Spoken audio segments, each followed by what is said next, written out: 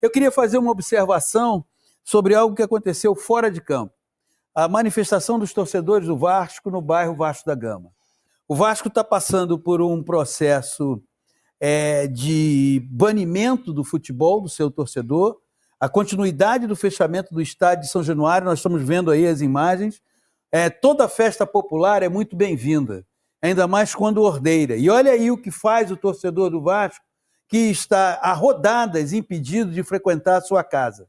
Para mim, assim como chamam a atenção as expulsões ocorridas em vários jogos da rodada do Campeonato Brasileiro e a escassez de gols, que é outro ponto que chama a atenção, mas esse aí é algo que a gente tem que prestar e a gente tem que destacar. Uma festa popular, uma festa da torcida do Vasco, banida e impedida e tendo seu direito de frequentar São Januário embargado.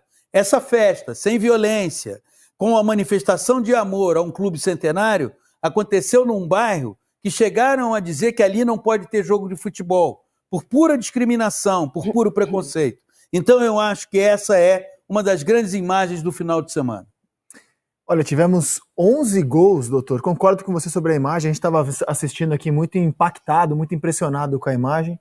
E foram 11 gols em 9 jogos, porque São Paulo e Coritiba não acontece nessa rodada. Pouco, hein, Grafa? Boa noite, bem-vindo. Boa noite, André, Renata, Lédio. Renata, bem-vinda de volta. Parabéns pelo trabalho na Copa do Mundo. Realmente, acho que o PC tem razão, né? Acho que o ponto mais bonito desse final de semana da rodada do Brasileirão foi essas imagens aí em torno de São Januário, no bairro ali, em torno do Vasco da Gama. Mas a rapaziada, esse final de semana, estava pensando nessa folga aí de data FIFA, né? Porque faltou gol, sobrou cartões vermelhos, cartões amarelos, e o futebol ficou um pouco de lado. Tivemos aí Vasco e Bahia e Vasco aí, um tempo para cada equipe, né? No primeiro tempo o Bahia foi bem melhor do que o Vasco, conseguiu o gol. No segundo tempo o Vasco melhorou com as mudanças, a entrada do Payet. É uma grande coisa que aconteceu para o torcedor vascaíno também, que ele entrou bem. É nítido a falta de ritmo de jogo, de sintonia com os companheiros, mas a qualidade técnica dele se sobressaiu no segundo tempo, melhorou a equipe. O Vasco poderia ter saído com a vicativa com a entrada do Marlon Gomes no jogo. Um jogador que mudou bastante a dinâmica de jogo do Vasco no segundo tempo, sofreu o pênalti, participou das principais ações ofensivas, teve um certo entrosamento ali com o Payet. A entrada dele hoje foi determinante para esse empate, o Vasco buscar esse empate lá na Arena Fonte Nova. Falava dos reforços do Vasco. Medel, que hoje jogou de volante, joga de zagueiro muitas vezes. Não joga próximo. Oi? Não joga próximo. Levou o terceiro cartão amarelo. Praxedes muito discreto. Foi hoje discreto. Verratti fez o gol de pênalti, Payet fez a sua estreia e o Paulinho. Medel... São 5 reforços titulares do Vasco na janela. Isso, o Medel é um pouco perdido no primeiro tempo. O Medel, ele funciona mais como um zagueiro do que no meio de campo. Ele, como jogador de meio de campo, ele tem uma enorme dificuldade de entrar no campo do adversário. O Jair o substituiu e protagonizou aquele lance no passe do Payet, que poderia ter feito até o gol que garantiria a vitória do Vasco. Isso não vai acontecer com o Medel. O Medel não se arrisca a ir à área do adversário, até porque teme muito provavelmente não ter condições de voltar a tempo caso saia um contra-ataque ou uma jogada um pouco mais rápida da equipe adversária. Ele, como zagueiro, pode vir a funcionar. Agora, o grande problema do Vasco é que ele vai ter o Zé Gabriel no próximo jogo, mas perdeu o Medel por cartão amarelo e o Jair por cartão vermelho. E o pênalti bobo do Gilberto, vocês não acharam, não? Ele se precipitou na jogada, né? Ele foi na jogada do Marlon Gomes, que gingou para dentro e tirou para fora. Ele poderia ter esperado um pouco, até porque o Canu já chegava para fazer a cobertura, mas ele fez a opção pelo carrinho ali, se precipitou e acabou sofrendo um pênalti. E não levou, e saiu assim... Barato, porque ele já tinha amarelo, né? E não levou. Teoricamente, ele teria que ter sido advertido com o segundo amarelo e, consequentemente, ser expulso. A gente falava de classificação. Se o Vasco venceu o América, que é o jogo que ele tem a menos, ele vai ficar... Vai 20. Vai 20. O Santos hoje é o primeiro time da zona do rebaixamento com 21. Então, se ele vencer o jogo que ele tem a menos, ele tá bem vivo, cara. O Vasco conseguiu entrar no bolo. Independentemente desse jogo, ele conseguiu entrar no bolo ali para tentar uma salvação que antes parecia impossível. Ainda é muito difícil, mas ele pelo menos agora está competindo, né? Os jogadores entraram bem, os reforços, concordo com o PC, o Medel não funciona de volante. O jogo lá da Neoquímica contra o Corinthians, ele foi péssimo como volante, foi muito mal. Foi muito bem como errado. zagueiro contra o Atlético Mineiro no Maracanã. Como zagueiro ele tem belo ido jogo muito aquele bem. dia. Como volante ele não vai funcionar. Agora, o Ramon Dias tem dificuldade de lançar menino, né? Ele estava com hesitação de lançar o Marlon hoje resolveu. Ele tem um volante lá, tem o Barros, que ele poderia ter posto no jogo hoje. E o Marlon nem dá para chamar mais de menino, né? De tanta experiência que ele tem. O Eric Marcos era um outro menino que ele não usa mais, enfim, ele tem uma dificuldade de apostar no jovem, mas ele vai se convencendo aos poucos. Ele vai se convencendo aos poucos que os jovens podem ser um caminho. Isso tem muito a ver com o técnico recém-chegado, né?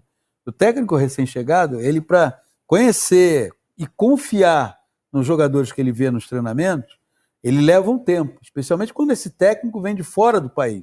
Porque um técnico que já mora, um brasileiro, esse técnico está um pouco familiarizado, acompanha, já viu numa partida ou noutra. Agora, quando você tem um técnico que desembarca no Brasil, ele não sabe diferenciar o Barros do Zé Gabriel, então ele tem que ficar olhando, até ganhar confiança, se sentir um pouco mais seguro para poder escalar, e aí é o preço que você paga quando você troca de comando e aí você vai buscar alguém que não está familiarizado com os jogadores que atuam naquele país. E o que você tem achado do trabalho dele até aqui, do Ramon Me Dias? parece uma equipe mais organizada. O primeiro tempo hoje, talvez em função até do fato do Medel estar no meio de campo, o Vasco estava muito espaçado, né, Grafite? Oferecendo condições ao Bahia de trocar passes próximo à área e até de infiltrar. A partir do segundo tempo, com a entrada desses jogadores, ele conseguiu reorganizar a equipe. Até o PC, durante a transmissão, ele chamou a atenção para uma coisa no primeiro tempo sobre a passividade da marcação do Vasco, né? E eu acho que tem muito com relação ao meio campo que ele escalou. O Medel não estava funcionando, não estava dando dinâmica. Aqueles 3 jogadores de meio não estavam nem marcando, nem conseguindo saber jogar quando estavam com a bola. Então o Vasco ficou um time muito passivo na marcação, deixando o Bahia jogar, e quando tinha bola não conseguia construir nada.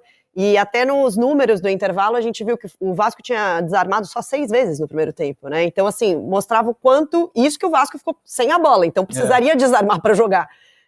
Mas não conseguiu, não deu certo a dinâmica do meio-campo. E aí, com as trocas, concordo muito com a análise do Grafa e do PC, acho que o time conseguiu jogar bola, né? Conseguiu ficar um pouquinho mais com a bola, criar oportunidades de gol. O Marlon Gomes, acho que é um jogador que está mostrando há muito tempo, né? A qualidade que ele tem, é um cara que sabe marcar e sabe também dar dinâmica de passe no jogo, né? E ele foi muito importante, por exemplo, para o Vasco subir para a primeira divisão, né? Então é um jogador que já amadureceu assim, meio na marra, porque ele o Vasco precisou. Né? Ele e o Andrei, tá exatamente. Torcedores se reúnem em frente a São Januário para assistir a Vasco e Bahia. Fala família Cruz Maltina. Se você não quer perder nenhuma notícia do nosso Vascão em primeira mão, já se inscreve nesse canal agora. Não tem jogo em São Januário neste domingo, mas milhares de torcedores do Vasco foram para a frente do estádio para assistirem um telão à partida contra o Bahia, válida pela 22ª rodada do Brasileirão, que será realizada na Arena Fonte Nova, em Salvador. O Vasco usou seu perfil nas redes sociais para compartilhar um vídeo dos torcedores. Na legenda, escreveu: Barreira do Vasco, Casa do Legítimo Clube do Povo. Um telão foi instalado para que os torcedores consigam assistir a partida. 1 hora antes do jogo, o local estava completamente tomado por vascaínos. Fique atento, pois te atualizo a qualquer instante com as últimas notícias do nosso gigante da colina. Até a próxima!